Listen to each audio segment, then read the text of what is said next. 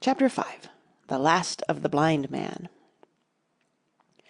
My curiosity, in a sense, was stronger than my fear, for I could not remain where I was, but crept back to the bank again, whence, sheltering my head behind a bush of broom, I might command the road before our door.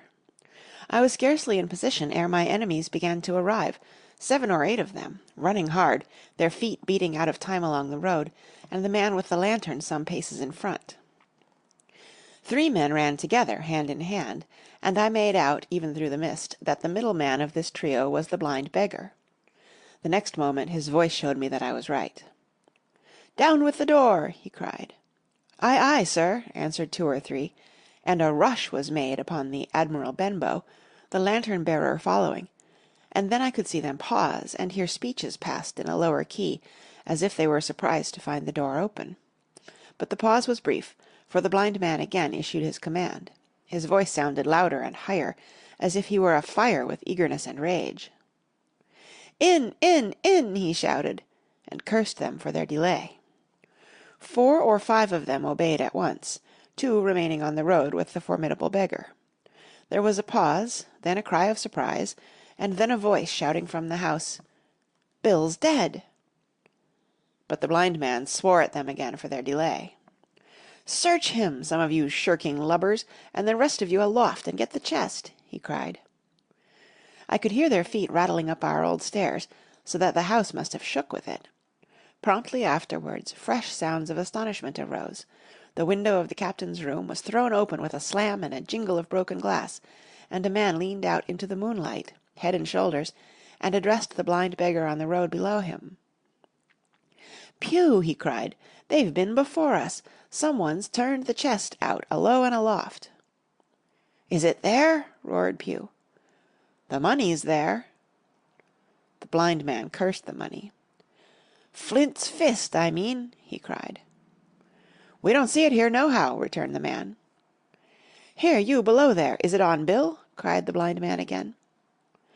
At that another fellow, probably he who had remained below to search the captain's body, came to the door of the inn. "Bill's been overhauled already," he said. "Nothing left." "It's these people of the inn. It's that boy. I wish I had put his eyes out," cried the blind man, Pew. "They were here no time ago. They had the door bolted when I tried it. Scatter, lads, and find 'em." "Sure enough, they left their glim here," said the fellow from the window. "Scatter and find 'em. Rout the house out," reiterated Pew, striking with his stick upon the road. Then there followed a great to-do through all our old inn, heavy feet pounding to and fro, furniture thrown over, doors kicked in, until the very rocks re-echoed, and the men came out again, one after another, on the road, and declared that we were nowhere to be found. And just then the same whistle that had alarmed my mother and myself over the dead captain's money was once more clearly audible through the night, but this time twice repeated. I had thought it to be the blind man's trumpet, so to speak, summoning his crew to the assault, but I now found that it was a signal from the hillside towards the hamlet, and from its effect upon the buccaneers a signal to warn them of approaching danger. "There's Dirk again," said one. "Twice. We'll have to budge, mates." "Budge, you skulk," cried Pew. "Dirk was a fool and a coward from the first. You wouldn't mind him. They must be close by. They can't be far. You have your hands on it. Scatter and look for them, dogs. Oh, sure, my soul," he cried, "if I had eyes." This appeal seemed to produce some effect, for 2 of the fellows began to look here and there among the lumber, but half-heartedly, I thought, and with half an eye to their own danger all the time, while the rest stood irresolute on the road. "You have your hands on thousands, you fools, and you hang a leg. You'd be as rich as kings if you could find it, and you know it's here, and you stand there sulking. There wasn't one of you dared face Bill, and I did it, a blind man. And I'm to lose my chance for you. I'm to be a poor, crawling beggar sponging for rum, when I might be rolling in a coach. If you had the pluck of a weevil in a biscuit, you would catch them still." "Hang it, Pew, we've got the doubloons," grumbled one. "They might have hid the blessed thing," said another. "Take the Georges, Pew, and don't stand here squalling." Squalling was the word for it. Pew's anger rose so high at these objections. till at last, his passion completely taking the upper hand, he struck at them right and left in his blindness, and his stick sounded heavily on more than one. These in their turn cursed back at the blind miscreant, threatened him in horrid terms, and tried in vain to catch the stick and wrest it from his grasp. This quarrel was the saving of us, for while it was still raging, another sound came from the top of the hill on the side of the hamlet, the tramp of horses galloping. Almost at the same time a pistol shot, flash and report, came from the hedge side, and that was plainly the last signal of danger, for the buccaneers turned at once and ran, separating in every direction, one seaward along the cove, one slant across the hill, and so on, so that in half a minute not a sign of them remained but Pew. Him they had deserted, whether in sheer panic or out of revenge for his ill words and blows, I know not, but there he remained behind, tapping up and down the road in a frenzy, and groping and calling for his comrades.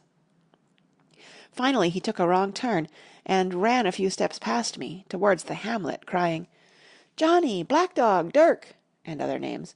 "You won't leave old Pew, mates, not old Pew." Just then the noise of horses topped the rise, and 4 or 5 riders came in sight in the moonlight, and swept at full gallop down the slope. At this Pew saw his error, turned with a scream, and ran straight for the ditch, into which he rolled. But he was on his feet again in a second, and made another dash, now utterly bewildered, right under the nearest of the coming horses. The rider tried to save him, but in vain. Down went Pew with a cry that rang high into the night, and the 4 hoofs trampled and spurned him and passed by. He fell on his side, then gently collapsed upon his face, and moved no more. I leaped to my feet and hailed the riders. They were pulling up, at any rate, horrified by the accident, and I soon saw what they were. One, tailing out behind the rest, was a lad that had gone from the hamlet to Dr. Livesey's. The rest were revenue officers whom he had met by the way, and with whom he had had the intelligence to return at once. Some news of the lugger in Kit's Hole had found its way to Supervisor Dance, and set him forth that night in our direction, and to that circumstance my mother and I owed our preservation from death. Pew was dead, stone dead. As for my mother, when we had carried her up to the hamlet, a little cold water and salts and that soon brought her back again, and she was none the worse for her terror, though she still continued to deplore the balance of the money. In the meantime the supervisor rode on as fast as he could to Kit's Hole, but his men had to dismount and grope down the dingle, leading and sometimes supporting their horses, and in continual fear of ambushes, so it was no great matter for surprise that when they got down to the hole the lugger was already under way, though still close in. He hailed her. A voice replied, telling him to keep out of the moonlight, or he would get some lead in him, and at the same time a bullet whistled close by his arm.